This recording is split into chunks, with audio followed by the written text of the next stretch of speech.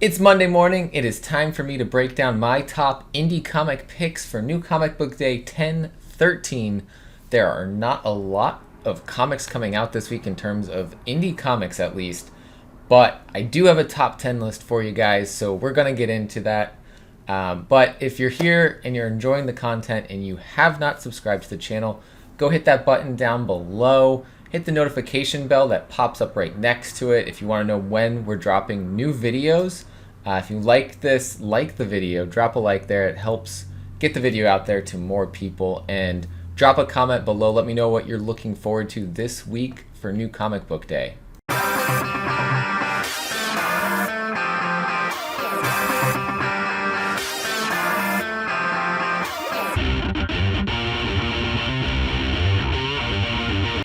Welcome back, everybody.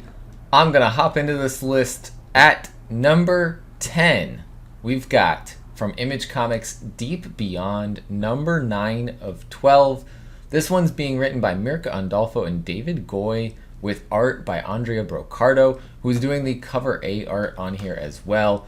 And the way issue 8 left off has me even more excited about this last little arc of the story. It is a 12-issue series, so we're getting down to the last couple here, and I'm very excited to see how they wrap up this story. And Mirka Andolfo's writing is just so... I don't know which part she writes versus David Goy, but I'm loving what they've been putting together here, and she is writing lots of different stories right now, plus her artwork is incredible. So this is my number 10 pick this week for New Comic Book Day. Takes me to number 9 from Boom Studios' younger audience imprint, Boombox. We've got Mamo, number 4 of 5 from Sass Millage. And I always say this, Boombox titles aren't always just for kids. Tricks may be for kids, but not Boombox. This has been, so far, a very interesting magical world that they've built up here, and we're coming down to the penultimate issue here. Mamo's final trick is revealed. Will Orla be able to escape the trap her grandmother set from beyond the grave? And with tensions rising, will Orla and Joe's burgeoning friendship survive, or is Orla going to have to face Mamo's angry spirit all on her own? Orla struggles with the fact that if she saves Hairsden, she'll be stuck there forever. But if she doesn't, the town will fall to chaos and be destroyed. Which will she choose, or is her destiny already written? This one actually, I read the first one, and I was interested in it, but I wasn't sure I was going to be hooked. And this one got me by surprise and hooked me, and I've been excited to read each issue since. So we're coming to the penultimate issue here of this little mini series, and yeah, it's my number 9 pick. So coming in at number 8 now, we've got from Artists, Writers, and Artisans, AWA Upshot, a one-shot called ETER. This one with writing by Jeff McCumsey and Dan Panosian, with art by Javier Pulido and Sean Crystal. Cover A by Andrew Robinson. Intergalactic virus liquefy one of your heads? Feeling a bit off ever since you drove through that black hole? Then visit the ETER, the galaxy's leading medical facility. This interplanetary crew of doctors, nurses, paramedics, and technicians is uniquely qualified to cure what ails you. There's no planet too far, no asteroid too small, no patient too, alien, and they accept most forms of insurance. The supersized debut special includes 2 stories of medical madness that are out of this world. So it's a one-shot. I have a feeling that means we're going to get more one-shots in this crazy, little interesting alien hospital world. I'm very intrigued by this, so I want to see what happens in this one-shot and where that might take this world and what they could do with it afterwards. So that is why ETER is my number 8 pick this week for new comics, new indie comics coming out. Coming in for my number 7 pick is White, issue number 4 from Black Mass Comics. Kwanzaa Oseyefo and Jamal Igle, with Kari Randolph doing the cover A here. After the battle between First Son and X derails his plans, President Man changes course and makes a surprising alliance. And if you've read Black, you will know who this surprising alliance person is. It's very surprising, really. Despite their recent victory, Juncture knows their win is temporary and asks X to help him with a dangerous experiment.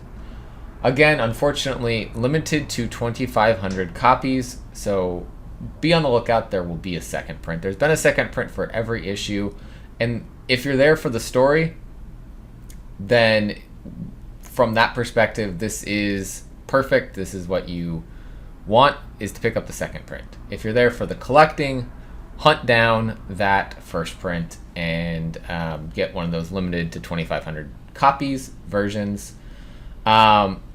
This cover is an homage to the issue number 4 of Black. This is whites only, no colored.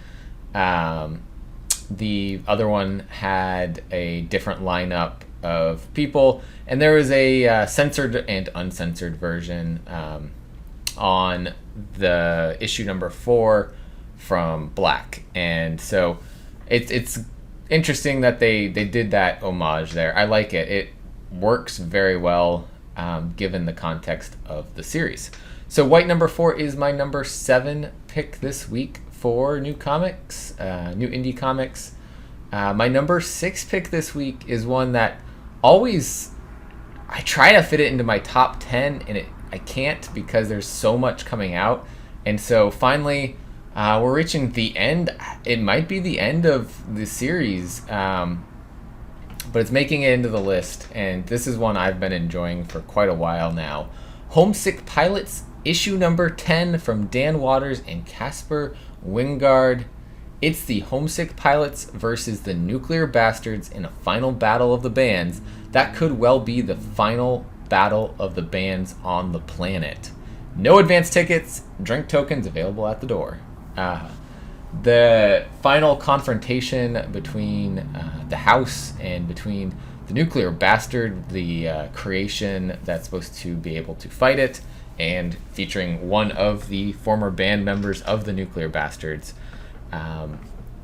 This has been such a cool story. It started out, like I have been saying, like a punk version of Monster House, but has become so much more, involving different ghosts and different takes on how the ghosts might be stuck in certain objects and hauntings, and how then they could use those capabilities from the haunted objects to power something to fight off these other supernatural forces. So super cool idea of a book, and it looks like this may be the last issue. I don't see an issue 11 solicited, but at the minimum it is the end of volume 2 of Homesick Pilots.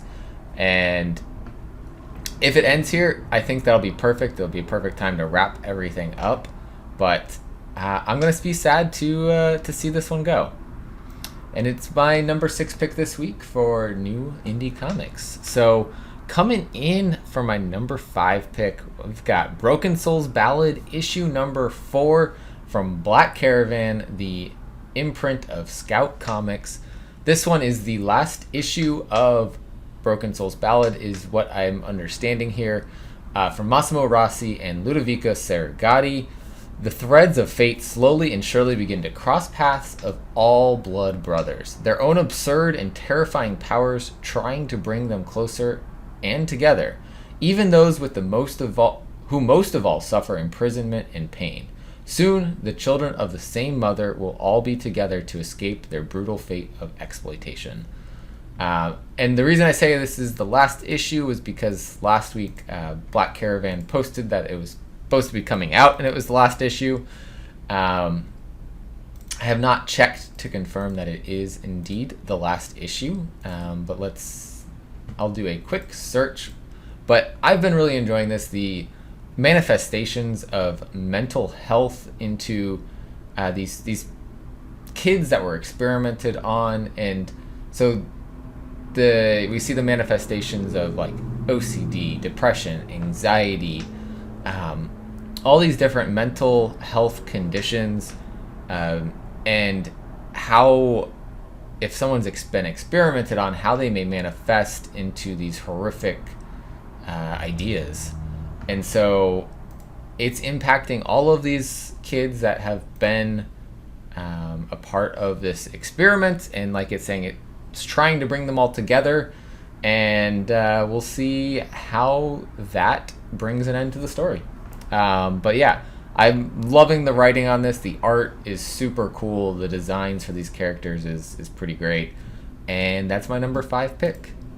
So coming in for number 4 this week from Vault Comics, I've got Dead Box issue number 2 from Mark Russell and Ben Tiesma. A swap meet throws a marriage into crisis and threatens to undermine the faithful of Lost Turkey. The healing powers of a rom-com are required. So we had a great start to Dead Box in issue number 1, and seeing how the movies pulled from the box end up manifesting within the people who have rented out the movie. And so makes sense that if a marriage is in crisis, rom-com might do the healing trick there. So this is such an interesting concept that I am very interested to see where Mark Russell's going to take this with his writing, and with Tiesma and Popov on the art, Campbell's letters.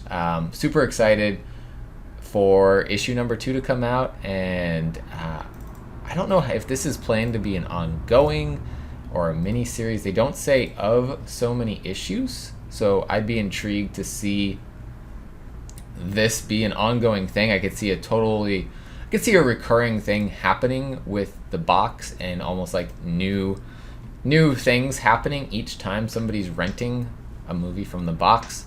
But it is set in a small town, so I guess we're limited to the number of characters that may be able to access the box. So that is my number 4 pick this week for new comics, new indie comics. And coming in at number 3 this week from Dark Horse Comics is Maze Book issue number 2 from Jeff Lemire. This one, art and story by Jeff Lemire. Issue 1 was crazy. It was pretty sad, but also very, it was very thought-provoking.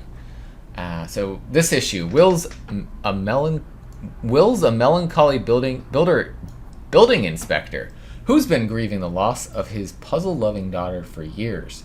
One evening, he receives a mysterious phone call from a girl claiming it's her and that she's trapped in the middle of a labyrinth, setting Will off on a journey digging through her personal journals and puzzles for answers on where she is and how to bring her home.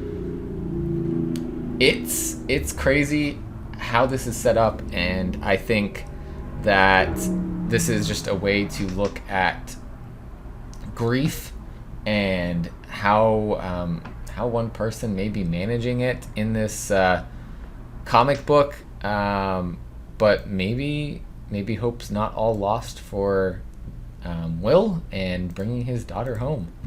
But she's been, I believe she was dead and not missing. So be interesting to see how he brings this all together with that mysterious phone call, or is it somebody pranking him, doing something. So Maze Book number 2 from Dark Horse Comics is my number 3 pick this week. Coming in at number 2, I talked about this one before. He Who Fights with Monsters number 2, Francesco Artabani writing and Werther de Ladera on the art. Secret agendas of the people of Prague extend far beyond what Dr. Radek had been doing to keep people safe, but in order to rid the city of Nazis, safety cannot be guaranteed. In an attempt to protect the people he cares about, Radek is about to discover that sometimes there is more reality in myths than he realized, but it comes with a cost. So I've been really intrigued recently by some of these World War II era stories, and this one is no exception to that. With the promise of some supernatural elements coming in, I am very excited for this series to continue. This one's coming from Ablaze Comics, which I really haven't read anything from Ablaze prior to now. So this is really the first series I'm really getting into from them, and I'm enjoying it so far. So excited to see issue number 2, and it's my number 2 pick this week. For number 1 this week, I am super stoked for this one. Witchblood number 7 from Matthew Ehrman and Lisa Sterl. This world that they have been building with witches and vampires and hex hunters and a whole world of vampires that is separate from the main world. These vampires that we know about are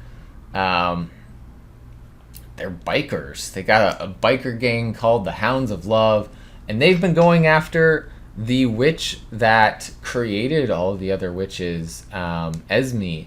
And the way we left off the last issue was wild. So with issue 7, who knows what might happen. In issue 7 from Vault Comics 2, I don't think I've gotten this far in I don't think I've had a Vault series go this long before that I've been reading. A lot of them ended with like 5 or 6 issues. So for me, this is pretty cool too, because this is a Vault book that's going to be long going, hopefully, especially if people are reading it.